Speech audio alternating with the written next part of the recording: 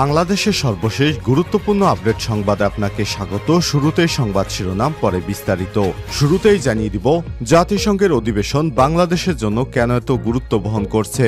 New ইয়র্কের জাতিসংঘ সদর দপ্তরে প্রতিবছর সেপ্টেম্বর মাসে সংস্থাটির সদস্য সব দেশের নেতারা বৈঠকে বসেন, বিভিন্ন বৈশ্বিক সমস্যা নিয়ে আলোচনা করেন। বিভিন্ন গুরুত্বপূর্ণ প্রসঙ্গে জাতিসংঘের 193 সদস্য বিশিষ্ট দেশগুলির মধ্যে ভোটাভুটি হয়। এবার প্রথমবারের মতো ডক্টর মোহাম্মদ ইউনূস অন্তর্বর্তীকালীন সরকারের দায়িত্ব নেওয়ার পর জাতিসংঘের অধিবেশনে যোগ দিচ্ছেন। যদিও এর আগে তিনি অনেকবার জাতিসংঘের অধিবেশনে যোগ দিয়েছেন, কিন্তু তখন তিনি কোনো সরকার প্রধান হিসেবে নয়, বরঞ্চ তিনি একজন গুণী ব্যক্তি হিসেবে বারবার জাতিসংঘে নিমন্ত্রণ পেয়েছেন। এরপর জানিয়ে দিব, গান গেয়ে গেয়ে যুবককে বেঁধে পিটে হত্যা করলেন তরুণীরা, ভিডিও ভাইরাল। চট্টগ্রামে খুঁটির সঙ্গে বেঁধে এক যুবককে পিটে হত্যার একটি ভিডিও সামাজিক যোগাযোগ মাধ্যমে ছড়িয়ে পড়েছে। ওই ভিডিওতে দেখা যায় এক যুবককে রাস্তার পাশে খুঁটির সঙ্গে বেঁধে গান গেয়ে গেয়ে তারপর পিটিয়ে হত্যা করা হচ্ছে। ভিডিওটি চট্টগ্রামের বলে প্রাথমিকভাবে তদন্ত করে জানা গেছে। এ বিষয়ে গুরুত্বপূর্ণ সংবাদ জানাবো, সঙ্গেই থাকুন। এবারে জানাবো, রাজবাড়ীতে চরমপন্থী দলের নেতাকে গুলি করে হত্যা। রাজবাড়ী গোয়ালন্দ উপজেলা কাটাখালী বাজার এলাকায় সুশীল সরকার 48 নামে এক ব্যক্তিকে প্রকাশ্যে কুপিয়ে এবং গুলি করে হত্যা করেছে সন্ত্রাসীরা। সে চরমপন্থী দলের সদস্য বলে জানিয়েছে পুলিশ। এদিকে আওয়ামী লীগ নেতার ছেলের গুদাম থেকে টিসিবির চাল জব্দ। টাঙ্গাইলের ভুয়াপুরে টিসিবির 49 বস্তা চাল বিতরণ না করে গুদামজাত করায় সেগুলো জব্দ করা হয়েছে। গত সন্ধ্যায় উপজেলার গোবিন্দাবাসী উচ্চ বিদ্যালয়ে একটি ভবন থেকে 30 কেজি ওজনের 49 বস্তা চাল জব্দ করে ভারপ্রাপ্ত উপজেলা নির্বাহী কর্মকর্তা এবং নির্বাহী ম্যাজিস্ট্রেট ফাহিমা বিনতে আক্তার।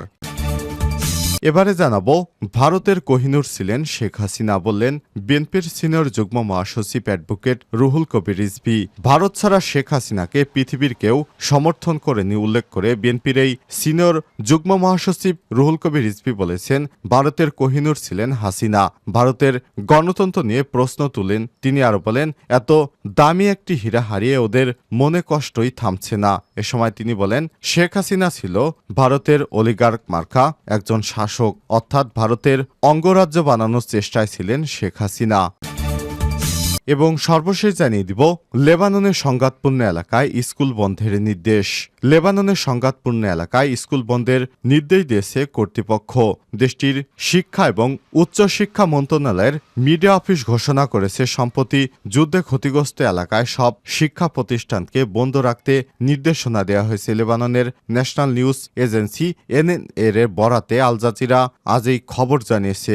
সিএনএন আরও বলছে, শিক্ষার্থীদের এবং সংশ্লিষ্ট জেলাগুলোতে বন্ধের বিষয়ে জানাতে নির্দেশ দেওয়া হয়েছে। এর আগে লেবানিস ইউনিভার্সিটির দক্ষিণের শহর সিডন এবং নাবাতি এবং টায়ারে শাখাগুলো বন্ধের ঘোষণা দিয়েছে। প্রিয় দর্শক, প্রসঙ্গত সম্প্রতি লেবাননের বৈরুতের শহরতলিতে পেজার বিস্ফোরণে ব্যাপক হতাহতের ঘটনা ঘটে। চক্রান্ত করে ইসরায়েল এই হত্যাকাণ্ডের ঘটনা ঘটায়। ইসরায়েলি এই হামলায় হিজবুল্লাহর একাধিক ঊর্ধ্বতন কমান্ডার সহ অন্তত 37 জন নিহত হন। প্রতিশোধ নিতে 22 সেপ্টেম্বর ইসরায়েলের উত্তরাঞ্চলে ঝাঁকে ঝাঁকে রকেট ছোড়েন লেবাননের সশস্ত্র গোষ্ঠী হিজবুল্লাহ যোদ্ধারা। এতে ইসরায়েল থেকে পালাতে শুরু করেছে দেশটির সাধারণ জনতা। প্রিয় দর্শক, এতক্ষণ শুনছিলেন সংবাদ শিরোনাম, এবারে বিস্তারিত।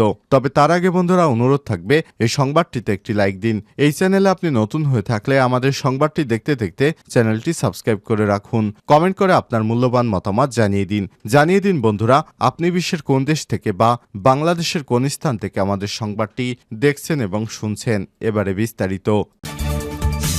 জাতিসংঘের অধিবেশনে বাংলাদেশের জন্য এত গুরুত্ব বহন করে কেন? নিউ ইয়র্কের জাতিসংঘ সদর দপ্তরে প্রতিবছর সেপ্টেম্বর মাসে সংস্থাটির সদস্য সব দেশের নেতারা বৈঠকে বসেন, বিভিন্ন বৈশ্বিক সমস্যা সমাধান নিয়ে আলোচনা করেন। বিভিন্ন গুরুত্বপূর্ণ প্রসঙ্গ টেনে জাতিসংঘের 193 সদস্য বিশিষ্ট দেশগুলোর মধ্যে ভোটাভুটি হয়। মানবাধিকার, গণতন্ত্র ইস্যুতে আওয়ামী লীগ সরকারের সময় যুক্তরাষ্ট্র, ইউরোপীয় ইউনিয়ন সহ পশ্চিমা অনেক দেশের সঙ্গে বাংলাদেশের এক প্রকার টানাপোড়েন তৈরি হয়েছিল। মানবাধিকার সংস্থাগুলো বাংলাদেশের পরিস্থিতির কড়া সমালোচনা করে আসছিল। গত 5 আগস্ট গণঅভ্যুত্থানের মুখে শেখ হাসিনা ভারতে পালিয়ে যায়। ছাত্র জনতার সমন্বয়ে নতুন অন্তর্বর্তীকালীন সরকার গঠনের পর বাংলাদেশ এবার জাতিসংঘের অধিবেশনে যোগ দিচ্ছে। বাংলাদেশের ভাবমূর্তি পুনরুদ্ধার, পশ্চিমা দেশগুলোর সঙ্গে সম্পর্ক উন্নয়ন, অর্থনৈতিক সংকট এবং বিদেশি সহায়তা ও বিনিয়োগ আনতে এবারের সম্মেলনটিকে কাজে লাগানো হতে পারে। এবার সম্মেলনে যোগ দিচ্ছেন বাংলাদেশের অত্যন্ত সুনামধন্য অন্তর্বর্তীকালীন উপদেষ্টা প্রফেসর, নোবেল বিজয়ী অর্থনীতিবিদ ডক্টর মোহাম্মদ ইউনূস। মঙ্গলবার যুক্তরাষ্ট্রের নিউ ইয়র্কে যাচ্ছেন জাতিসংঘের সাধারণ পরিষদ অধিবেশনে যোগ দিতে। আগামী শুক্রবার জাতিসংঘের ৭৯তম অধিবেশনে তার ভাষণ দেওয়ার কথা রয়েছে। গান গেয়ে গেয়ে যুবককে বেঁধে মারলেন তরুণেরা, ভিডিও ভাইরাল। চট্টগ্রামে খুঁটির সঙ্গে বেঁধে এক যুবককে পিটিয়ে মারার ২০ সেকেন্ডের একটি ভিডিও সামাজিক যোগাযোগ মাধ্যমে ভাইরাল হয়েছে। শনিবার ২১শে সেপ্টেম্বর ফেসবুকের ভিডিওটি ছড়িয়ে পড়ে। জানা গেছে ঘটনাটি গত ১৪ আগস্টের। ভিডিওতে দেখা যায় এক যুবককে উড়াল সড়কের নিচে দুটি খুঁটির সঙ্গে বেঁধে রাখা হয়েছে। এ সময় গান গেয়ে গেয়ে তাকে মারধর করছে কয়েকজন তরুণ।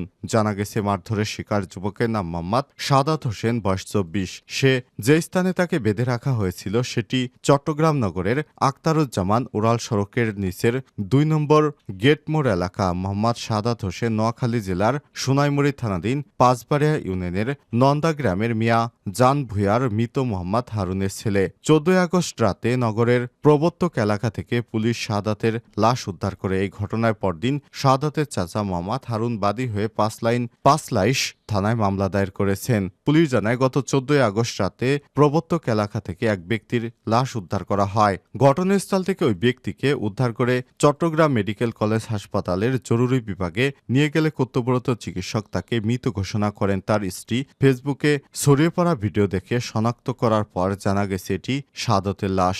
এজাহারে সাদতের চাচা মোহাম্মদ হারুন উল্লেখ করেছেন, ১৩ আগস্ট দুপুর ২টার দিকে কর্মস্থলের উদ্দেশ্যে বাসা থেকে বের হন সাদত। সন্ধ্যা ৭টার দিকে ফোন করলে কিছুক্ষণের মধ্যে বাসায় চলে আসবেন বলে তার স্ত্রীকে জানায় সাদত। রাত গভীর হলে স্বামীর বাসায় ফিরে না আসায় খোঁজাখুঁজি করেন শারমিন। এ সময় সাদাতের মুঠোফোনটিও বন্ধ পাওয়া যায়। ১৪ আগস্ট রাত ৯:৩০টার দিকে ফেসবুকে বাদী দেখতে পান নগরের শামিয়া রাদিয়াল্লাহু তাআলা মাজারের বিপরীত সড়কের পাশে তার ভাতিজা সাদাত হোসেনের মরদেহ পড়ে আছে। পরে চট্টগ্রাম মেডিকেল কলেজ হাসপাতালে নিয়ে গেলে পুলিশের উপস্থিতিতে সাদাতের লাশ শনাক্ত করে তার স্ত্রী শারমিন আক্তার ও বাদী পাঁচলাইশ থানার ওসি মোহাম্মদ সুলাইমান বলেন, ভিডিও ছড়িয়ে পড়ার পর সাদাতের স্ত্রী মারধরের শিকার ব্যক্তি এবং তার স্বামী বলে নিশ্চিত করেছে।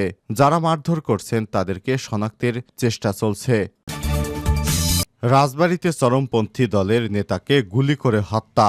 রাজবাড়ী গোয়ালন্দ উপজেলার কাটাখালী বাজার এলাকায় সুশীল সরকার ৪৮ নামে এক ব্যক্তিকে প্রকাশ্যে কুপিয়ে এবং গুলি করে হত্যা করেছে সন্ত্রাসীরা। সে চরমপন্থী দলের সদস্য বলে জানিয়েছে পুলিশ। রোববার ২২শে সেপ্টেম্বর সন্ধ্যা ৭টার দিকে কাটাখালী বাজার ৩ রাস্তার মোড় এলাকায় এই দুর্ঘটনা ঘটে। নিহত সুশীল সরকার উপজেলা হাউলি কেউটিল এলাকায় মৃত মনীন্দ্রনাথ সরকারের ছেলে। তার বিরুদ্ধে ৩টি অস্ত্র এবং ২টি হত্যা মামলা রয়েছে। নিহতের ছোট ভাই সুনীল সরকার জানিয়েছেন, আমি জামতলা থেকে যাওয়ার সময় প্রতিমধ্যে সবাই আমাকে জানায় আমার ভাইকে আক্রমণ করা হচ্ছে। আমি দ্রুত ঘটনাস্থলে গেলে কাটাখালী মোড়ের ইমদাদুলের চায়ের দোকানের পাশে তাকে গুরুতর আহত অবস্থায় পড়ে থাকতে দেখি। অতি দ্রুত তাকে রিকশায় তুলে হাসপাতালে নিয়ে আসলে চিকিৎসক তাকে মৃত ঘোষণা করেন।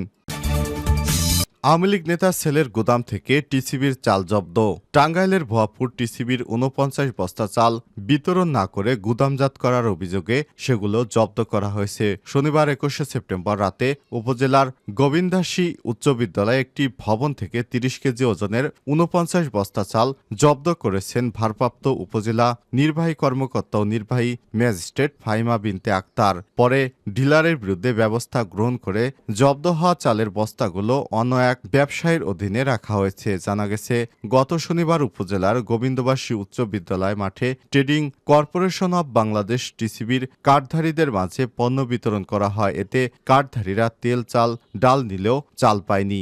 নিয়ম অনুযায়ী ডিলার পণ্য বিক্রি করতে না পারলে সেগুলো আবার উপজেলা নির্বাহী কর্মকর্তাকে অবহিত করে তার কাছে অবিকৃত পণ্য বুঝিয়ে দিবে। কিন্তু টিসিবির ডিলার কার্যক্রম ফাঁকি দিয়ে তিনি একজনের কাছেই এই চালগুলো বিক্রি করে দিয়েছেন। এরপর খবর পেয়ে ডিলার বরাদ্দ পাওয়া চালের মধ্যে অর্ধেক চাল সরিয়ে নিতে পারলেও ৪৯ বস্তা চাল সরাতে পারেনি। পরে ভারপ্রাপ্ত উপজেলা নির্বাহী কর্মকর্তা ও নির্বাহী ম্যাজিস্ট্রেট ফাহিমা বিনতে আক্তার চালগুলো জব্দ করে ওই ডিলারের সহকারী হেফাজতে রাখার নির্দেশ দেয়। এর আগে একটি গোয়েন্দা সংস্থা চাল গুদামজাত বিক্রির বিষয়ে ভারপ্রাপ্ত ইউএনওকে অবহিত করেন।